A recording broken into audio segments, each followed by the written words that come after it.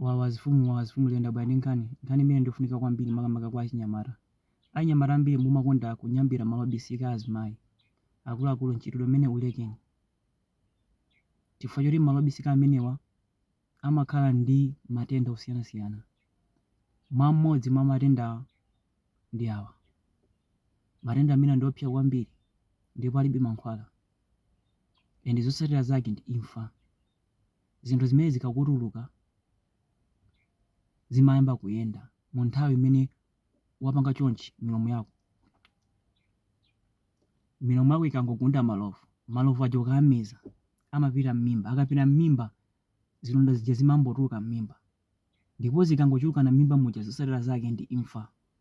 Ndi akuluakulu osamanyambira nyemba za azimayi. Lekani khalidwe limeneli. Ndikutha kudziwa anthu ambiri mumapanga zimenezo pofuna kuwasangalatsa azimayiwa. Koma chonde malo amene aja kuli zinthu zambiri zoyipa. Kuli zimatenda zambirimbiri zoyipa. Ndi akuluakulu kumakhala osamala. Osapanga zinthu zofuna kumusangalatsa wina wake ndikumayika moyo wanu pachiswe. Osazapanga zimenezi.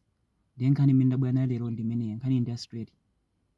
Akuluakulu osawala panga subscribe ku channel ya ine. Zikomo.